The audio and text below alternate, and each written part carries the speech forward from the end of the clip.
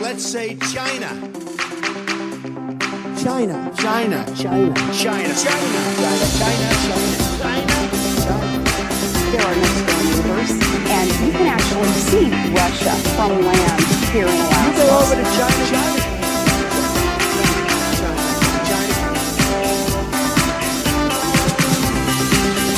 I did not have sexual relations with that woman.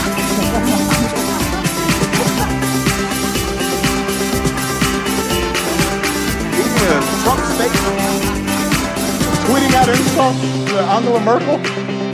What's he doing?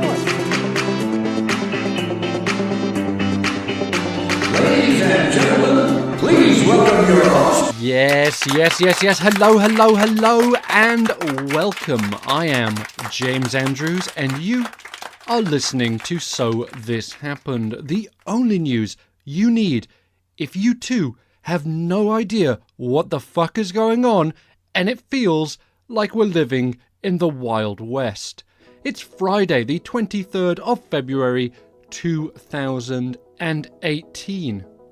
And this week has been completely and utterly saturated with the talk of gun violence, and there are two distinctive camps emerging. As always, you have the anti-gun people and you have the pro-gun people, and it really is beginning to seem that never the two shall meet.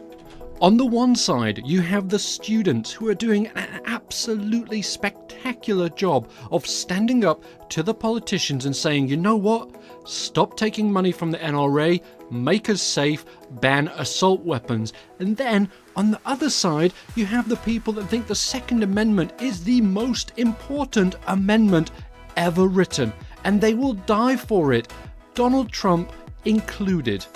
This week, the president held a listening session with some high school students from the Florida tragedy, and it's been widely reported and photographs are shown of his little note that he had with bullet points, and the last one says, "I hear you," which really goes to show what we've always thought.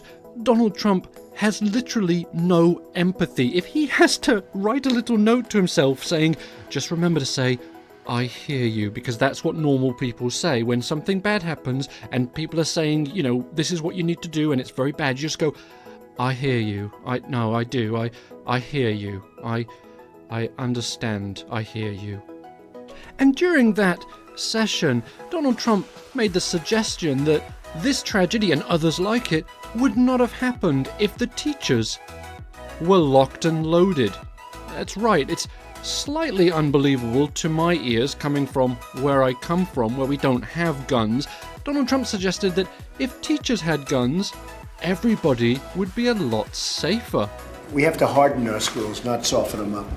A gun-free zone to a killer or somebody that wants to be a killer, that's like going in for the ice cream. That's like, here I am, take me. We have to get smart on gun-free zones. When they see it says this is a gun-free zone, that means that nobody has a gun except them. Nobody's going to be shooting bullets in the other direction. And they see that as such a beautiful target. They live for gun-free zones. One of the fake news networks, CNN last night, was saying, I want teachers to have guns. I don't want teachers to have guns. I want certain highly adept people that understand weaponry, guns, if they really have that aptitude, because not everybody has an aptitude for a gun, but if they have the aptitude, I think a concealed permit for having teachers and letting people know that there are people in the building with gun, you won't have, in my opinion, you won't have these shootings, because these people are cowards. They're not going to walk into a school if 20% of the teachers have guns. It may be 10%, or maybe 40%. And what I'd recommend doing is the people that do carry, we give them a bonus. We give them a little bit of a bonus. Frankly, they'd feel more comfortable having the gun anyway, but you give them a little bit of a bonus. So practically for free, you have now made the school into a hardened target. I listen to him, I literally just have to laugh because it sounds like somebody who has literally no idea what they're talking about. He says there, CNN last night said, I want to give the teachers guns. Well, let me tell you something. I don't want to give the teachers guns. And then he goes on to talk about how he wants to give the teachers guns. Even if it's only 20%, but it might be 30%, it might be 10%, but it might be 40%. Oh, and guess what? If they carry a gun, we're going to give them more money as well as a big incentive. He's off his fucking rocker. And I've had arguments with people that say, no, it makes sense. If people have guns, then, if they're trained in using a gun, they'll be able to stop something from happening. Well, the false logic behind that is staggering. And wait, hang on just a second. Yes, I do have something to back that up. November 5th. 2009. Does that date ring any bells? That was the day the mass shooting took place on a military base, Fort Hood, where 13 people were killed and more than 30 others were injured. On a fucking army base. Definitely not a gun-free zone. Definitely some very skilled and talented and trained people with firearms. But guess what? Somebody went in there and shot 13 people to death.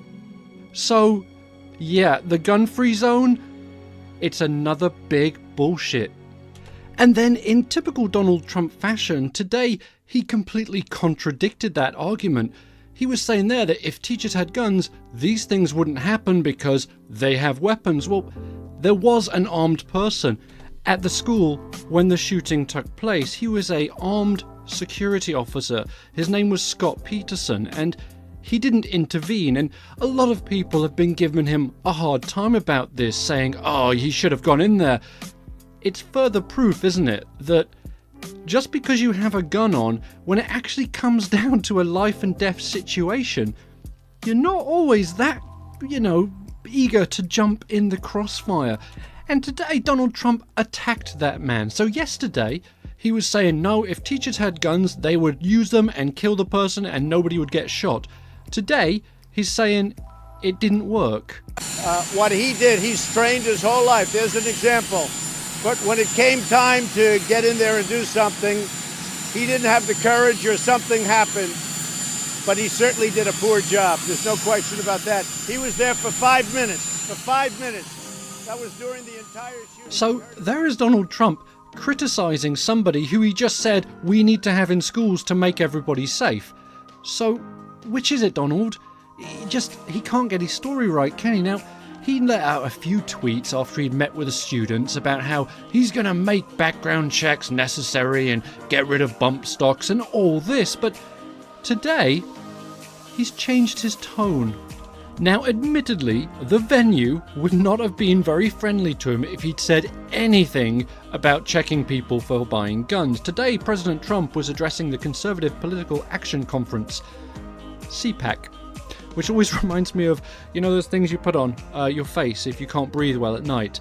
Isn't that it's a CPAP. Okay, never mind, but it still sounds a little bit like that, doesn't it? Anyway, today, at the CPAC conference, Donald Trump had a few bizarre things to say. We'll have a quick listen in to some of the stranger and more venomous things he had to say. By the way, you don't mind if I go off script a little bit, because, it's sort of boring. It's a little boring. If they get in, they will repeal your tax cuts.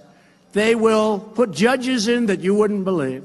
They'll take away your Second Amendment, which we will never allow to happen. They'll take away your Second Amendment. By the way, if you only had a choice of one, what would you rather have, the Second Amendment or the tax cuts? Go ahead. Second Amendment, tax cuts. Second Amendment.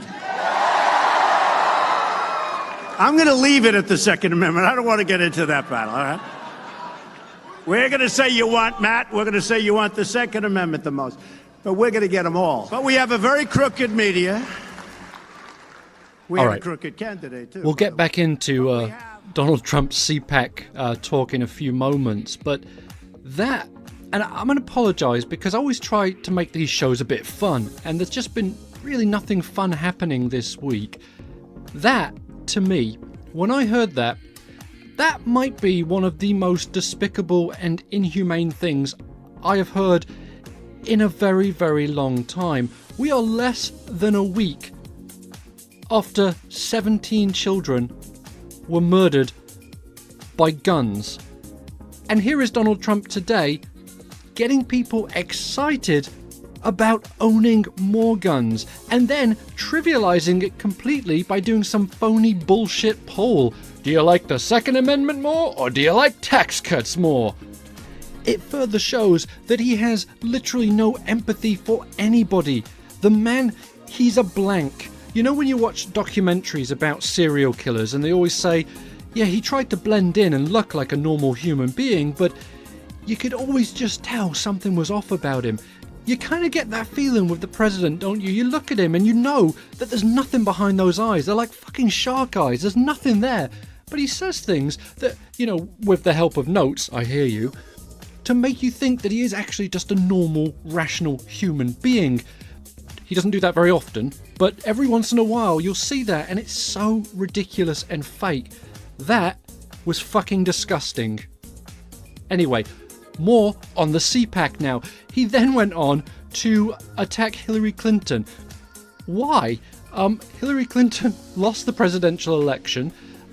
We know that she won the popular vote, but Donald Trump won the electoral college. He became the president. That's going to be in the history books. A sad side note, hopefully, but there it is. It will be in the history books. Why is he still talking about Hillary Clinton? And why are his fans still really just angry at her? Are they that misogynistic and hate women that much? Because that's the only thing I can think of, right? The only thing I can think of why they hate Hillary Clinton so much is because she was a woman that may have become the president. We had a crooked candidate too, by the way. But we have a very, very crooked media. Yes, the very original chants of "lock her up" started, and I don't want to play them because they're just really, really stupid. And it's just a weird mindset that Trump supporters have, isn't it? If you ask them, what crimes did Hillary commit that she should be locked up for? They would sit there and they would scratch their head and they'd go, well, man, No, sorry, I'm not going to do it in the funny American Southern accent because not all Southern Americans support Trump. Most of them, but not all of them. But, you know, they'd sit there, they'd scratch their head and they'd say, well, she did this email thing. Really, what did she do with the emails? Something, man, they were emails and she erased them all, and that's, you can't do that, it's criminal.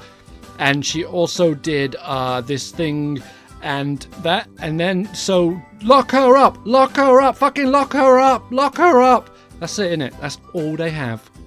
And then Donald Trump went on to attack Obamacare again, saying that he's got rid of it. And then he said a very interesting thing. He said, I think we're going to be better off. Sort of, I hope so. You know, winging a prayer and all that. But yeah, I think so. Don't you think, right? If you're going to repeal something that millions of people rely on, you would have something concrete that would be better than it. Not just I think we're going to be better off. I think so. And then he went on to attack John McCain for just no reason. Piece by piece by piece, Obamacare is just being wiped out. The individual mandate essentially wipes it out. So I think we may be better off. And people are getting great health care plans, and we're not finished yet. But remember, one person walked into a room when he was supposed to go this way, and he said he was going this way, and he walked in and he went this way, and everyone said, what happened? What was that all about? Boy, oh boy. Who was that? I don't know. I don't want to be controversial, so I won't use his name, okay? Oh yes, you're so clever, Donald. Nobody knew who you were talking about. What a fucking idiot. Anyway, then he went on to talk about his Mexican wall, which we know is never going to happen. Donald Trump has even admitted that it's not going to be a physical wall per se, because I did some research and there may be other ways to do that, but when he is speaking to his core group, his core voters, he just wants to talk about this bloody wall. What a mess. I had a couple of these characters in the back say, oh, he really doesn't want the wall. He just used that for campaigning. I said, can you believe it?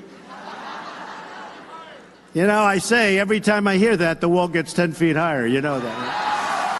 Whoa, that cut out a bit. That wasn't very professional. That just cut right out. No fade, nothing. Anyway, so there he is talking about the wall again, and even doubling down, saying, I'm going to make it 10 feet taller now. What is he smoking? Seriously, did he have a big fatty right before he came out on stage? After that, he then doubled down on his "I'm going to arm teachers" and took another cheap shot at the officer who was in the school with a gun, who he is referring to as a coward.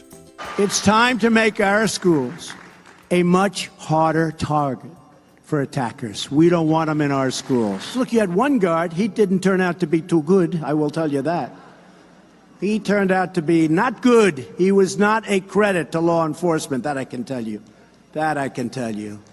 Well-trained, gun-adept teachers and coaches and people that work in those buildings, people that were in the Marines for 20 years and retired, people in the Army, the Navy, the Air Force, the Coast Guard, people that are adept with weaponry and with guns. They teach. I mean, I don't want to have 100 guards standing with rifles all over the school. You do a concealed carry permit.